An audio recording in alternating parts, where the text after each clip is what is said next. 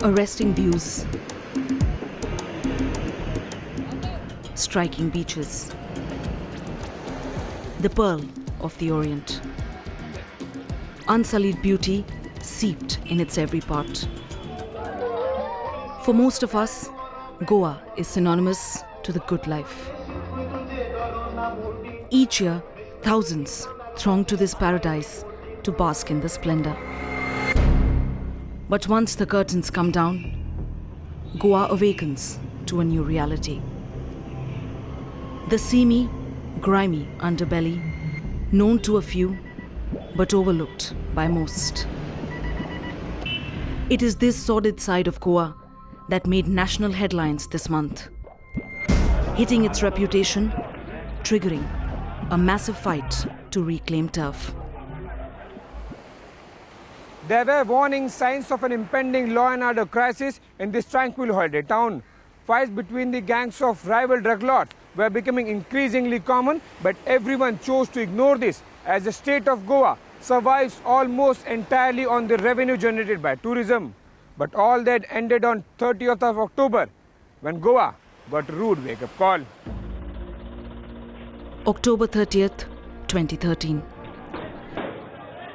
A Nigerian national found dead with stab wounds at Mapusa, near the Goan capital. What led to the death still remains a mystery. But a backlash was soon witnessed. Over 200 Nigerians stormed the streets, blocking roads, disrupting normal life. This was a side of Goa that was rarely seen across the country. Last 1 month, there have been raids which he's conducted, mainly on Nigerian hubs. What has happened, he's conducted a lot of raids out there where, they've had close to about 2.5, 3 crores worth of seizure which is happening. So that has been a, kind of setback for the Nigerians. And what they also realized is, there's a lot of raiding which is happening on their hubs when compared to the ones which are happening with either the Russians or the Israelis, who are the top in the drug cartel rung out there. So this murder, which my sources, what they say is that it was a stage managed murder there, and then to blame the locals, so that you keep fighting and you create such a ruckus. So overall, it was something to embarrass the Goa establishment, saying that you guys are poking your nose into our business, so we want to hit back. See, the action of Nigerians blocking roads in Goa, going berserk, beating up Goans as well as Goan police, cannot be justified by the threat of deporting 1 million Indians staying in Nigeria. See, it is going against international protocol, and as independent state of the union, we have our own rules. We have to maintain law and order here. And this is clearly a case of drug traffickers trying to control the states and using the international diplomacy to try to scuttle our voice. But for the residents of this sunshine state, the truth had been staring at them for years.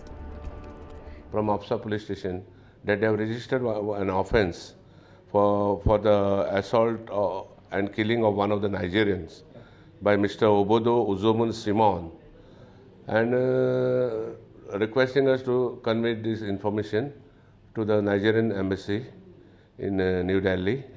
And so accordingly, we send said information on 1st, informing about the incident and the killing of the Nigerian national in Goa, and requesting them to send his travel document and NOC to conduct the post-mortem examination. They did not reply to that message. So accordingly, on 3rd, I sent them another fax message, because the post-mortem has to be done as early as possible.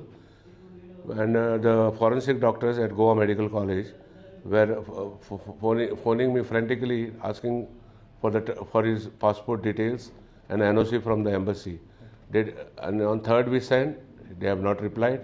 Then again on 5th I have sent another fax message, but till date I have received no reply. The body is lying in the JMC morgue. This was not the first time and may not be the last. Many claimed the murder was a fallout of a deadly gang rivalry among drug lords. And there was enough evidence, proof that exposed the dark side of the tourist haven. So, this has actually, what has happened in the past 1 year is the reaction what is happening today, because they've been under such immense pressure. They've been such immense pressure that, and the ministers are also very clear. They say, going to chase them down even further. So, and that is what, led to the murder of Obina Paul and then the local angle involved in it. So, as is, if you join the dots, it comes back to, putting pressure on the government not to act against them. Goa has always been a favorite haunt of foreign tourists. The Nigerian connection is, however, rather different. Most Nigerians come to Goa for academic reasons. Scholarships offered by a few institutions to study in India, especially Goa, are a big draw for young Nigerians. I think all these Nigerians, they came and they were only concentrating on coastal belt. They were staying in coastal belt. Some of them came as students, some of them came on as tourists. They were getting short visas. Some of them came as business, to do business in Goa. Now, when you talk about student means they need to go and get themselves admissions in university or college. But here it is totally different. The so-called Nigerians, they come here to India, they have their admissions done in Bangalore or some other university, anywhere in India, and they come and stay in Goa. And in that angle, the government till today has not thought how are we going to handle this. Nigerian or any other national coming to Goa on a student visa, getting admission in Bangalore and staying in Goa. Now it is a little difficult to digest because you need to attend lectures, you need to attend college for your further studies or to pass out. But here it is totally different. You just get admission and you stay in Goa. However, that is not what it looks like on the ground. Nigerians and the state's drug trade are unabashedly entwined. It's not just after the incident, even before the incident also, the anti-narcotic cell in the last 2 months has been very active. We booked around 9 cases in 9 weeks, last 9 weeks, which also had the biggest seizure till date in the history of Goa police. Around more than 2 crores, almost 2 crore 10 lakh worth amphetamine drugs was seized by anti-narcotic cell. But post the incident, right now we are watching all the developments very, very closely. Whoever is involved in any kind of illegal activities, illegal narcotic trades and smuggling of drugs, we are targeting each and every one. It is not just the Nigerians as it is popularly perceived by the media and other groups. We are targeting everyone, irrespective of their race, irrespective of their ethnicity, irrespective of their nationality, whether they are Indians or whether they are foreigners. Everybody is same for us, and we are targeting each and everyone, whoever is involved in these nefarious activities. Where the Russians and Israelis are concerned, they are not getting any leads. So nothing is leading up to them basically. That is one thing what is happening. They are getting no leads absolutely. Whereas Nigerians, what is happening is they are supplying a lot to locals, where there's a direct dealing between locals, and locals are very easy to break. Now the thing is, that for the local he has to continue to live there. No, he doesn't want the cop hit on him all the time there. So he is very easy to break. So what anti-narcotic cell has basically managed is to put in a lot of moles into their network, because it was easier to break into their network. Whereas the Russians have been very, very clannish that way, Russians or Israelis. Russians have got 50,000 people coming in every year to Goa. So that is a good enough market for them. Areas like Para, a village near Mapusa town, and famous beach destinations like Anjuna and Arambol have become Nigerian enclaves. On any given occasion, one can see young Nigerians zooming around on rented motorcycles in this area.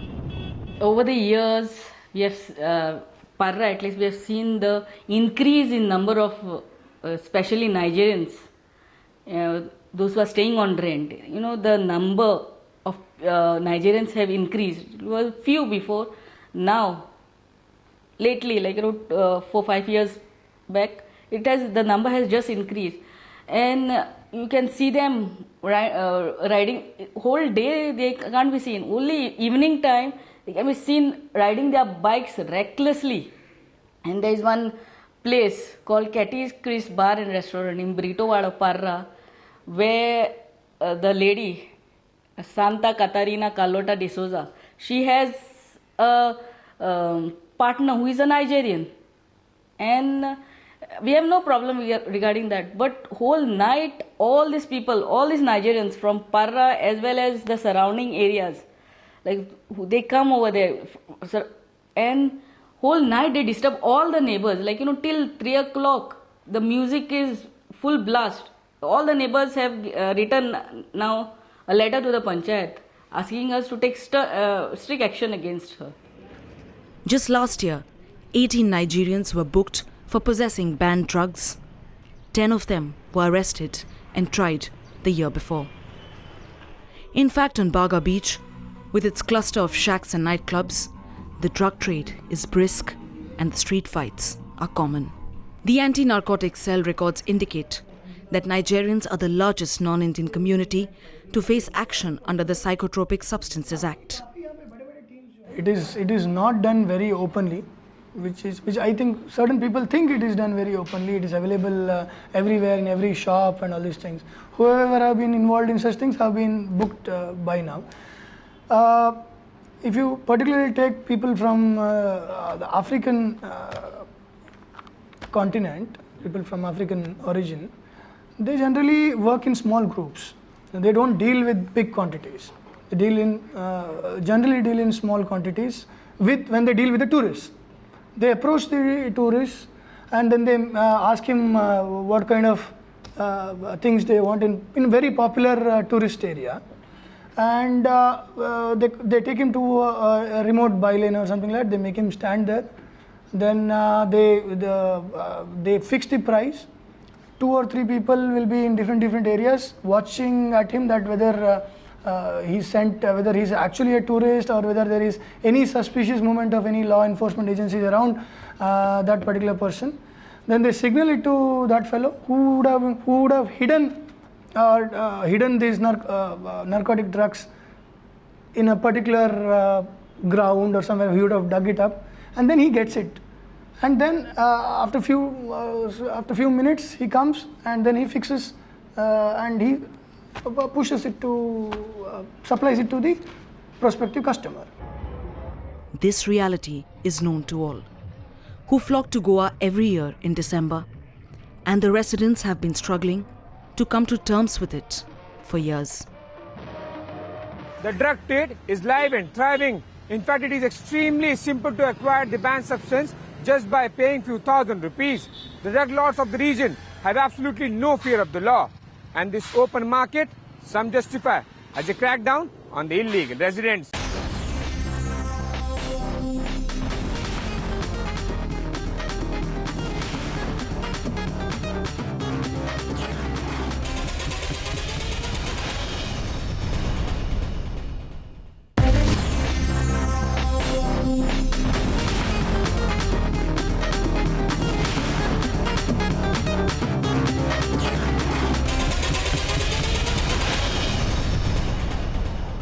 The clashes had spilled on the streets, and the cops were doing all to bring the situation under control.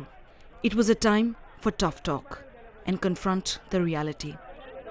And the Chief Minister of the state did just that, ordering a crackdown on foreigners living illegally in the state.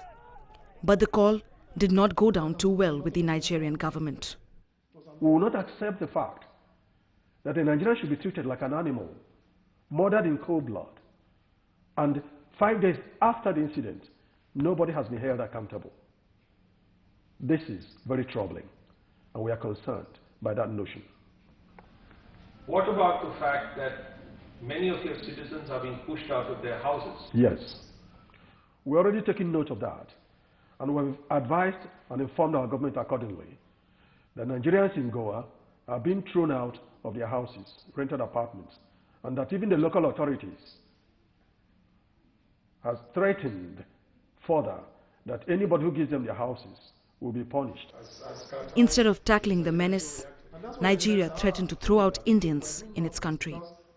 Clearly, the drug trade is live and thriving. In fact, it is extremely simple to acquire the banned substance just by paying few thousand rupees.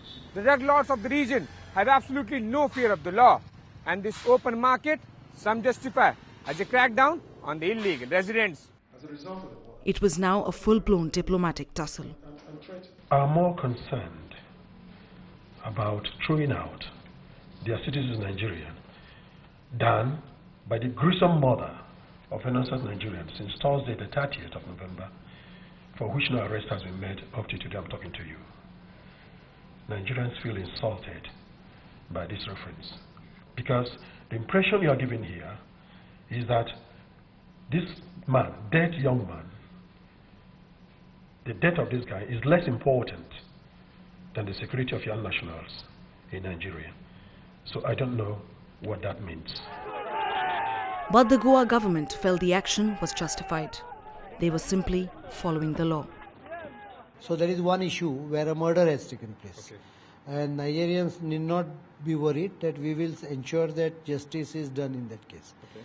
The second issue is some of them attacking police horse van on a national highway and blocking the national highway and committing some illegal activities on the national highway, for which we have booked up the case. Okay. There is attempted attack on the police officer also is there. So 307, mob, all those cases are booked. The third issue which cropped up because of this incident is regarding many foreigners staying illegally in the state. Okay. Being a touristic state, many of them come here and stay illegally beyond the visa period. Some don't have proper documentation. So I have issued instruction to the police that they should check, verify the documents. And those who have got legal document can very well stay, no problem. But those who have got illegal, who are staying illegally, and I am making this underline, and it is only not for Nigerian alone, it is for any foreigner. If he is staying illegally in the state without proper documentation, he will be deported. But to Nigeria, the picture was completely different. For them, the crackdown was unwarranted, and they were willing to go to any length to stop it.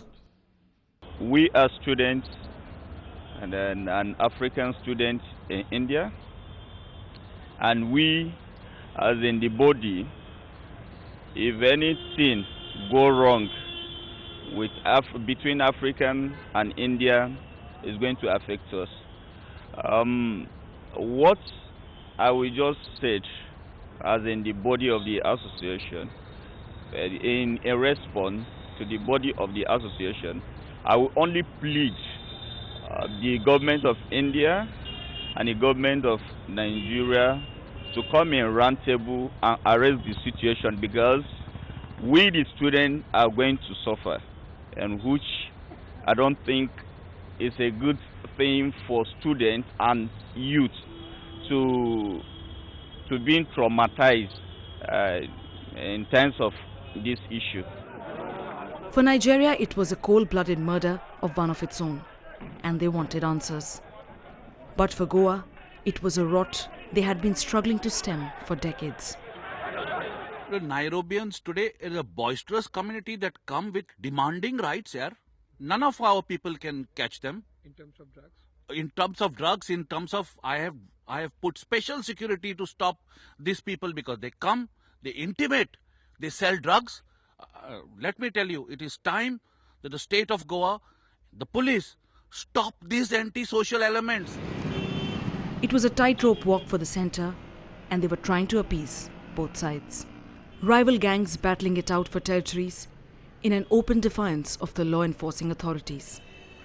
At least 5 gangs of drug dealers and peddlers literally fighting for a slice of the pie in the Anjana, Vagator, Chapora, Siaolim, Morjim belt. And it was this unabashed turf war that claimed the life of a Nigerian. But the violence was just a part of this glaring reality. The blatant drug trade is a larger trouble for the state and its people. And the Nigerian gangs are not the only ones. The Russian and the Israeli cartels have been flourishing too, some even managing to disguise their drug trade through real estate. Clearly, it's not all paradise in Goa. It's not all sunshine and splendor. There is a lot that Goa has to offer, and the dark underbelly is a thriving part of it. There may be questions over the method to clean up the state, but Goa deserves to rise above the menace. And the ways may be tough, but they are definitely needed.